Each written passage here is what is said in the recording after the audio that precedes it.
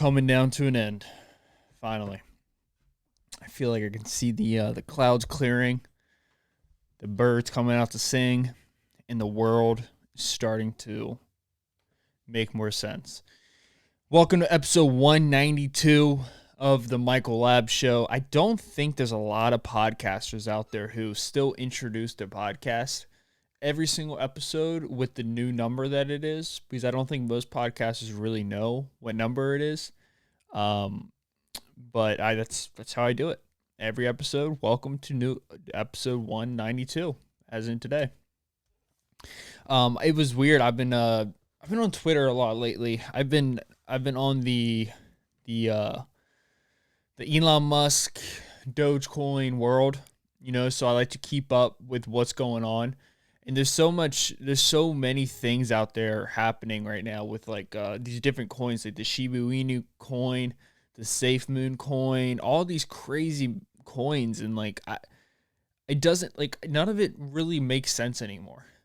To me, the world of cryptocurrency is simply just Bitcoin, long-term asset gold, Ethereum, which is the platform where all currencies are going to be exchanged, and then Dogecoin, which I think is just a fun I don't even know what it is.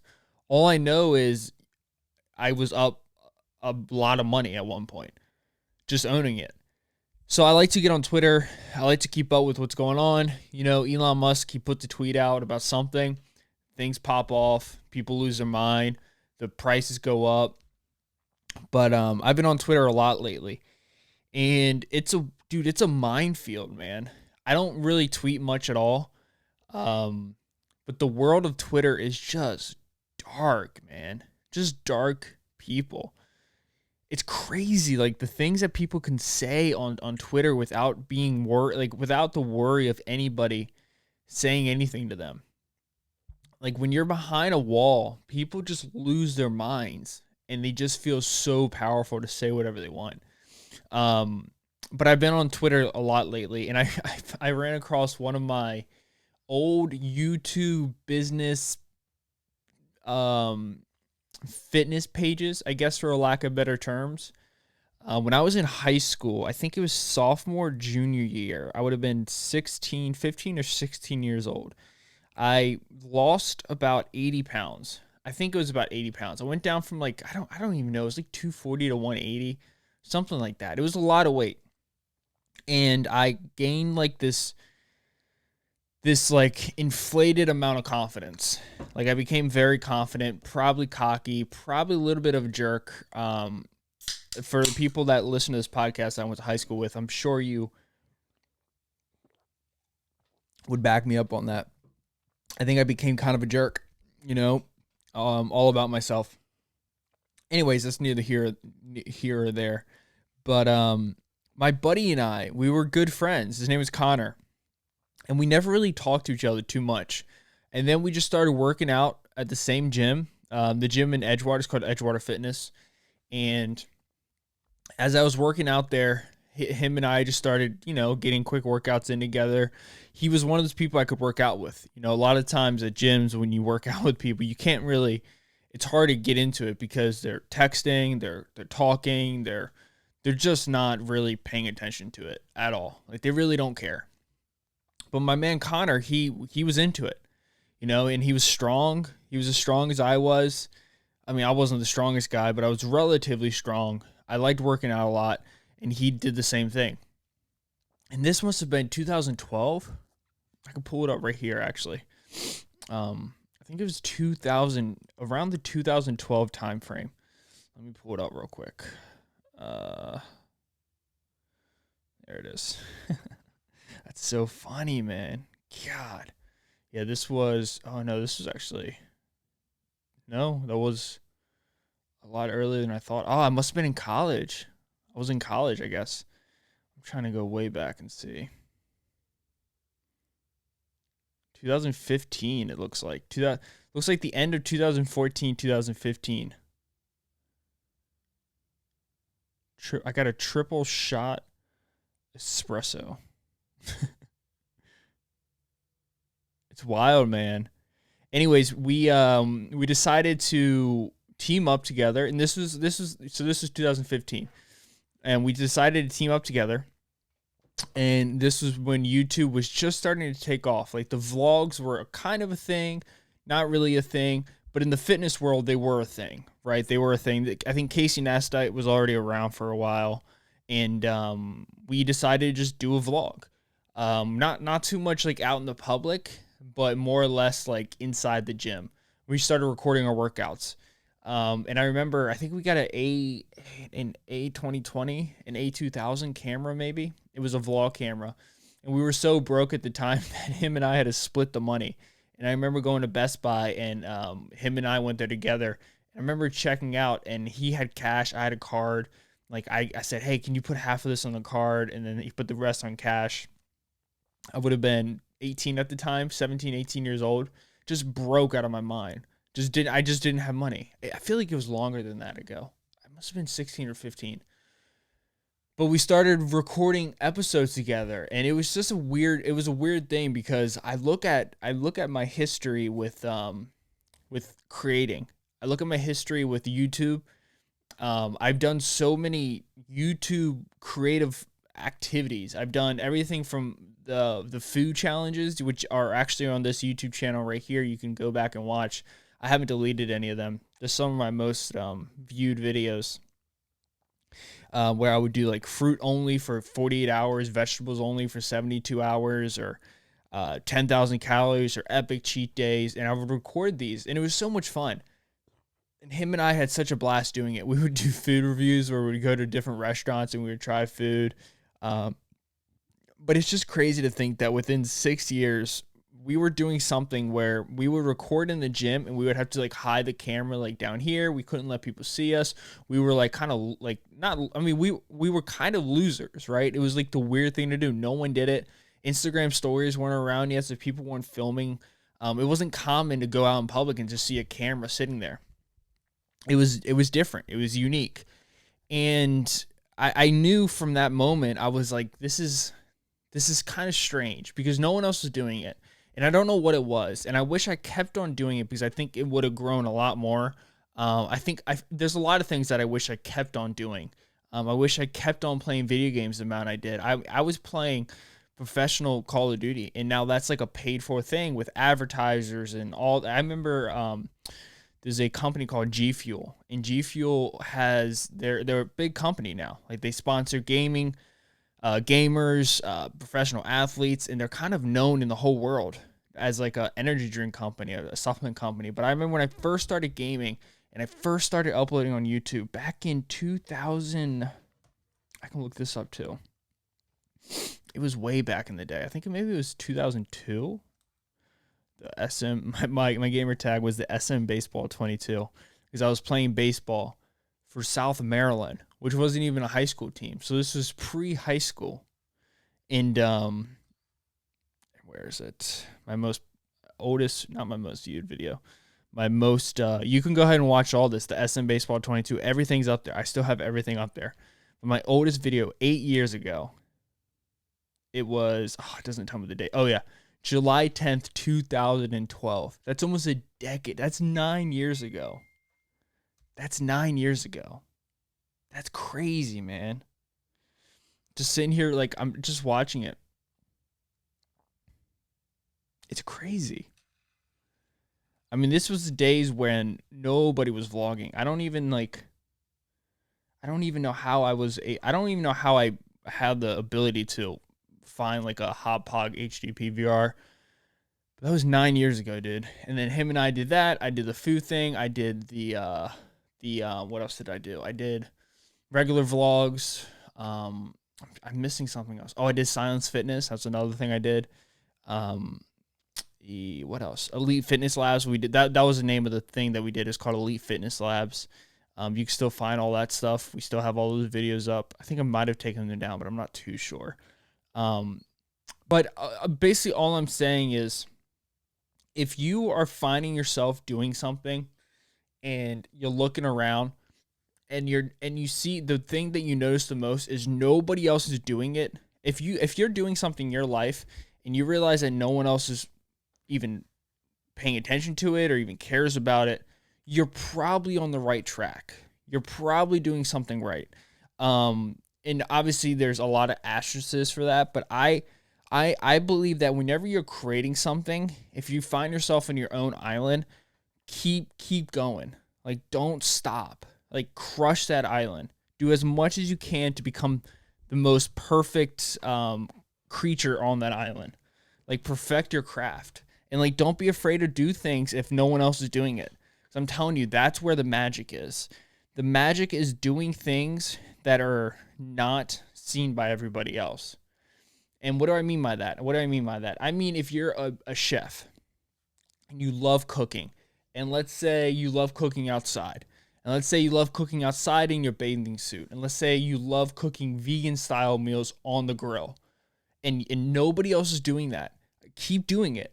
Just keep doing it. Film it, put it up on YouTube, put it up on Vimeo, put it up on Facebook Watch, put it up on Twitter, Instagram, social, put it everywhere, and just keep doing it. And set up a schedule. Do it Tuesdays and Thursdays. Like, that's what I do with this podcast. Just keep on going with it and don't stop. And I guarantee you will find some sort of success in it. And that's what I've done with this podcast. I have found a minimal amount of success because what have I done? I've been able to set up a schedule.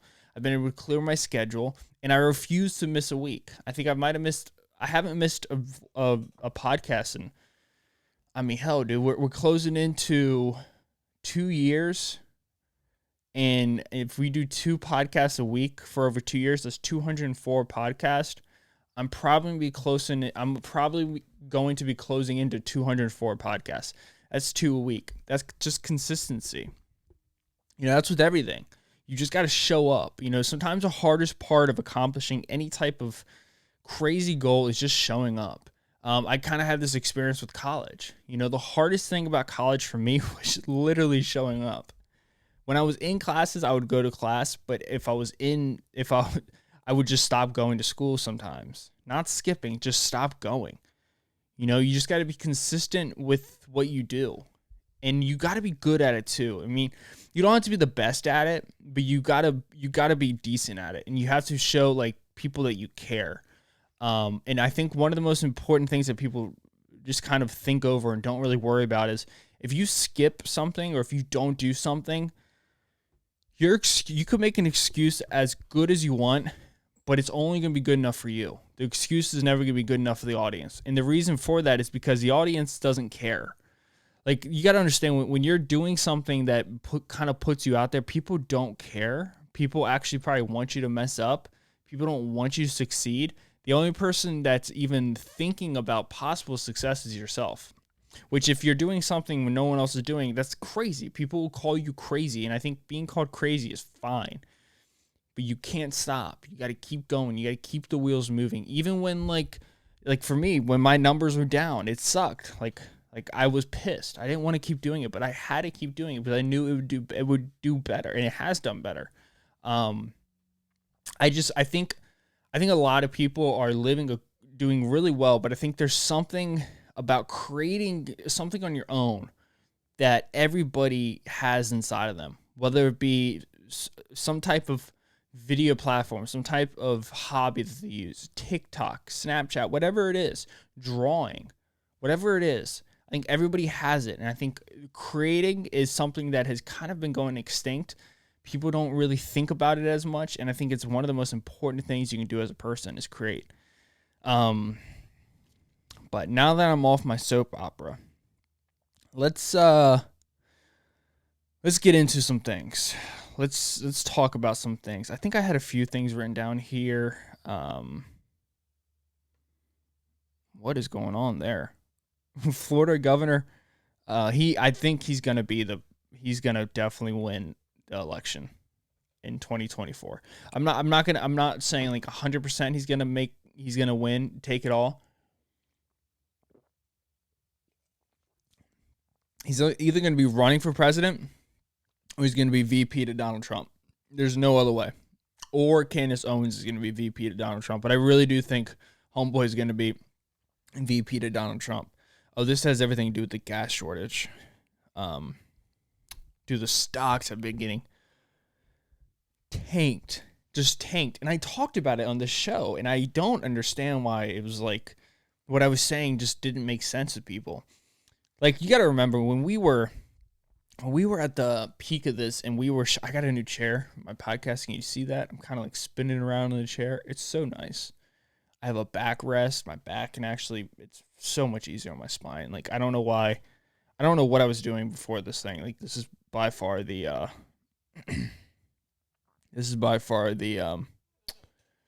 best chair I've ever had podcasting.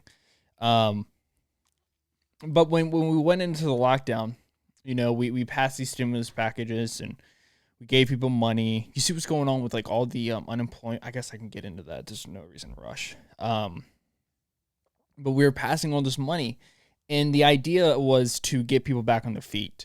And then once people got back on their feet, the people were going to get jobs. And once people get jobs, we will slowly adapt back into a regular life.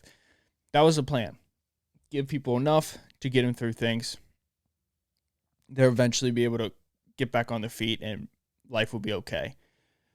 What ended up happening is I think we might have overextended ourselves with the amount of money we were just kind of throwing out. I mean, we were giving out a lot of money. Like a lot of money people were just getting. And what ended up happening is we printed so much cash because the money that we were giving out to people wasn't because we were selling things as a country. It wasn't exports, imports. It was just the production of money. I mean, it's literally like the equivalent of counterfeit money, except this money has the approval of the Fed. But the idea was the economy was going to slowly start opening back up. Therefore, the value of the dollar wouldn't be completely crushed. Money would slowly go back into the economy. Supply and demand would slowly even out.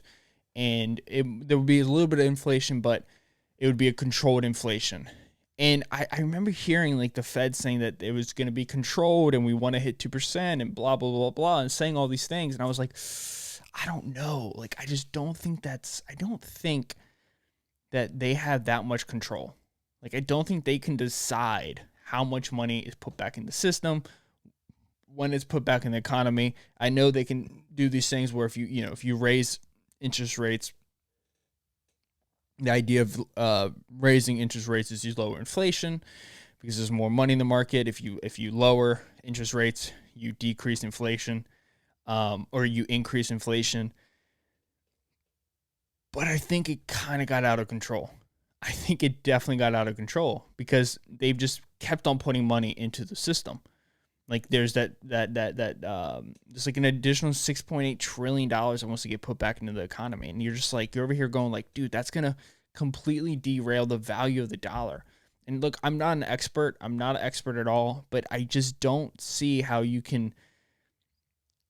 Venezuela. That's such an extreme example, but they suffer from hyperinflation. And hyperinflation is a state where your dollar, you wake up one morning, and you go to bed that night, and you were able to buy a box of cereal that night. The same amount of money that you have doesn't pay for that box of cereal because that's how much the price is inflated by. Because the value of your nation's currency has decreased that much. And we're kind of seeing that happen here. And the Fed has promised not to increase the interest.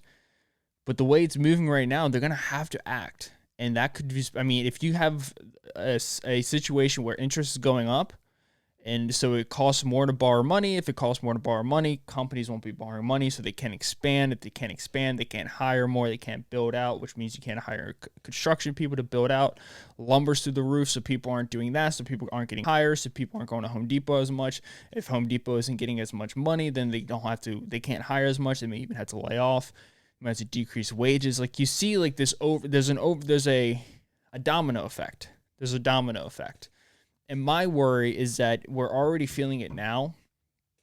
If we do pass more bills, it's just going to extend. And that extension is not where I don't think we're prepared for that. I think we have like this delusional idea that, it'll be fine. But I don't think it will.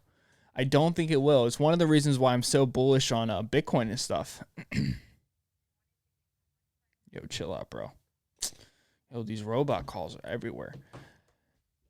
like I'm confident in the U.S. economy. I think we'll come back. But it's gonna be rocky for a little bit, and it's one of the reasons why I'm more bullish on Bitcoin and cryptocurrencies in general now than ever, is because you're watching the U.S. dollar decrease in value. You're gonna see prices go up everywhere. I listen to a podcast every morning called ROBINHOOD Snacks, and they were talking about the price of chicken, and it was there was kind of it wasn't a comedy, but they were being very animated with it. But the truth is, here's the truth, is that chicken prices are going up tremendously because everything is so expensive. Everything's so expensive right now because these places have to increase the prices because people have so much money. People are just throwing so much money in the economy, supply and demand. If the demand is high and the supply is high, it decreases the price, decreases the margin, so you have to increase the price, so you lower the demand to cover your cost. And I'm not an economic student. I'm not even graduating with a BA in economy. I'm going to be graduating with a degree in entrepreneurship. But it's just it's fascinating to see. It's fascinating to see, and then you get up there, and I don't know if you saw the Rand Paul thing with Dr. Fauci. But Rand Paul was just laying out, to me, a lot of factual things about Fauci's interaction, or his I guess I could say his interaction with the NIH and the function therapy or whatever it's called, the Wuhan lab, and you're hearing the CDC come out and say things, oh, we can be more liberal with the mask, and it's like, yeah, well, no shit, you can be more liberal with the mask if you've been vaccinated. Why do you even wear a mask? And people say, oh, because you can still catch COVID. I'm like, well, cool, but that's fine. Like, if 98% of people can't get COVID because they've been vaccinated, that means the chances of getting it are super low. You won't get the deadly one. And you feel, I don't know. Sometimes you feel like you're living in a simulation right now. Then you have Elon Musk putting tweets out there saying, do you want to be able to buy Tesla with Dogecoin? And I'm like, oh, this world isn't real. I love Elon, but this world isn't real. It's wild, man. It's a wild world. It's a wild world that we're living in. I'm here for it, dude. I'm just going to drink my 3D energy drinks. Go on my runs. I went running Tuesday outside, and 3.4 miles, exhausted. 850 average mile, exhausted. Dude, just exhausted. I was looking at my times this time last year, it's like 950. So I'm doing a lot better. But it's crazy to think that in December I ran 250 miles, 4 half marathons in the span of 2 months. Just crazy to me. I can't do that now. I would just fall over. On Tuesday, I promised myself when I first started running, I wasn't really intending to run. It was just kind of an impulse run. I just kind of started running. I went to the state capitol to read. I like reading in front of the state capitol. I know it's kind of weird, but it's just a nice place to read. You can see people walk around. Delegates come in and out. There's some shade. You see the tourists walking around. It's just a nice area. I get coffee, or I just drink an energy drink. But I went running through the city of Annapolis, which is a nice place to run. But I started off, I was like, oh, I'm going to go 6 miles. I'm going to go for an hour. It's going to be nice, easy run. Dude, exhausted after 3.5 miles. I think it's because my weight. I think I'm at 198 right now, 199. When I was running the 250 miles, I was about 188 to 191. So I was about 6 to 9 pounds lighter, 6 to 10 pounds lighter. I'm going to get there for the summer. I'm kind of eating low carb right now, so I'm going to be there sooner than later. If I get on a low carb for just 3 days, I drop 5 pounds, and it's water weight. But I'm going to pick up my running again. Actually, I'm going to do this podcast, edit the video, go probably on a 5-mile run, and then come back and do one of my final exams. I finished one exam today. I have another one. It's like a 10-page paper. It's not that hard. It's about stakeholders and schools and stuff. Nothing. Yo, college is not hard. It's just tedious, and it's just hard to. The hardest part about college is, is staying in college, not dropping out. That was that's the hardest part for me, is not dropping out. But like, the schoolwork is simple. It's not hard, because if you think about how many people graduate college, not all of them are smart. Like, I'm not trying to be a jerk, but just because you graduate college does not mean you're smart. eh, Smart people, like, that's why, like, the difference between getting a bachelor's or a PhD. To get a PhD, you got to write up your own thesis. You got to be able to defend it. You got to supply research. You got to do your own research. Like, that's smart. Like, being able to look outside the box and create something on your own. That's smart. We have thousands of colleges throughout the country, maybe millions throughout the whole world. Probably just a couple 100,000. And you're gonna tell me all those people are smart? I don't think so. I don't think so at all. You just got to be able to say screw it. A lot of people get through college because it's an excuse to just party and do drugs, And if you're not in college anymore, you can't party and do drugs, because if you're just partying and doing drugs not at college, you're just a drug addict or an alcoholic. But at least if you party and do drugs at school, you're just a college kid. You're just part of a fraternity. Um, but yeah. Florida Governor Ron DeSantis on Tuesday declared a state of emergency in response to a cyber attack that shut down a major pipeline and left more than 1,000 gas stations across several states, including Florida, without fuel. That's awesome. DeSantis' declaration activates the Florida National Guard as necessary and directs state emergency management officials to work with federal and local officials.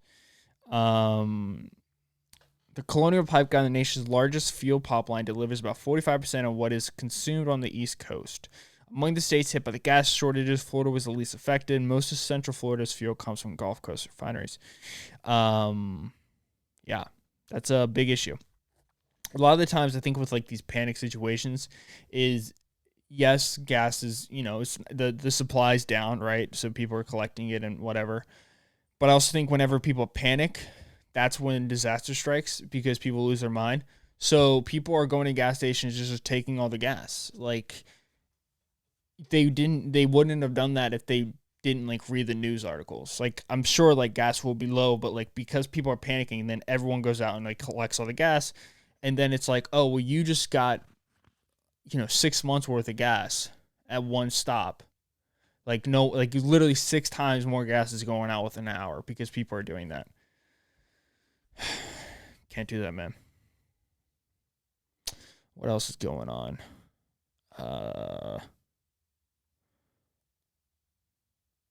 We are not a family. Oh, I thought this said Spotify. It said Shopify. I saw a bunch of like GOP, a bunch of people in the Republican Party, like 100 of them were voting to make like a third party. Like, I think I'm definitely gonna always vote for the Libertarian Party. I did last year. Like I didn't vote for Donald Trump. I did not vote for Joe Biden. Donald Trump, I didn't like the way he spoke. I feel like when he spoke, violence ensued. And I think Joe Biden was just, my grandfather has Alzheimer's, right? So I'm kind of having an experience where I'm watching him go through what he's going through, and then you watch Joe Biden go through what he go through, and you're like, oh, that's the same thing. So I was watching that, and I was like, oh no, we can't have this. Like, we can't have a mentally incompetent person, and we can't have Mr. Go Storm the Capitol guy up there. You can't have that. So I voted for Jo Jorgensen because she was cool, man. Jo Jorgensen was a shit. I liked her because she wanted to make weed legal for the whole country. I was like, I'm down for that. That's what I'm talking about. I need to go on vacation, dude. Oh, that's not good. My local town, shots fired, Annapolis motel. Edgewater man arrested. Shocker, coming from Edgewater. Why are you doing that, brother? What else? Yeah, what is going on here? This is Anne Arundel County. Following the release of environmental impact statements that appear to lean toward another span in Maryland to alleviate traffic, Anne Arundel County isn't thrilled with the conclusions. Possibly. Oh wait, I don't care about that. I don't care. Like, dude, kill the fish. Make it make it easier to get across the water. I don't care about. I mean, I do care about the environment, but like not really. Whatever. Like, come on. What are you doing? What are we doing? Android 2 coming out with a second 12 phone. No one cares about you, Android. What are you doing, bro?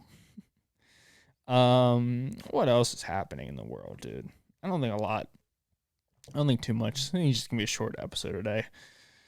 What's going on in the world of entertainment? I could care less about sports. Don't really care. Rock and Roll Hall of Fame inductees includes Tina Turner, Jay-Z, Foo Fighters. Not rock and roll, but I guess it's cool.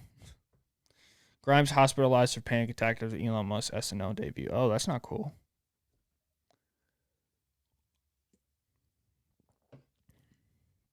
That's not cool at all. Grimes revealed she was hospitalized for a panic attack this week, following partner Elon Musk's Saturday Night Live debut. The Bolivian singer on Tuesday posted backstage photos and said she forgot to share the snaps because she was seeking medical care. Forgot to post these because I somehow caused myself to have a panic attack and went to the hospital yesterday, which, to be honest, was quite scary. And I suppose it's a good time to start therapy. Grimes captioned the pics of her dressed as Princess Peach alongside musical guest Miley Cyrus. It's fascinating. She's saying TBH, why her husband or her boyfriend is Elon Musk.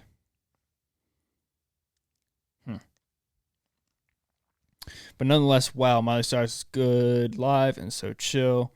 Grimes, 33, also thanked the SNL staff and gushed over her boyfriend despite the fact that it would upset her fans. What?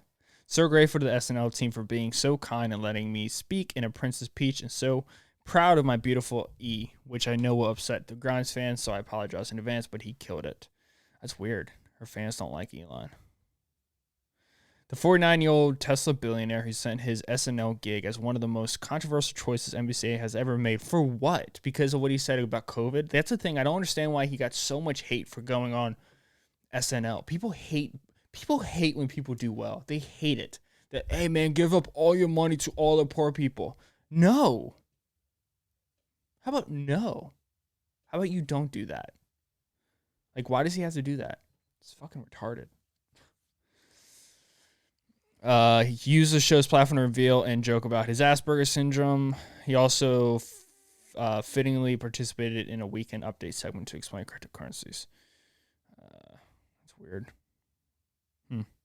Following the SpaceX founder debut, the pair attended a crypto-themed after-party attended by SNL honcho Lord Michaels, Chris Rock, Colin Jost, and Matt Stone of South Park. But that's cool. Don't care. Milana Vey. But that's it. That's all I got to talk about, guys. Thank you so much for watching episode 192. I'll catch you guys in episode 193 of the Michael Lab Show. Peace out.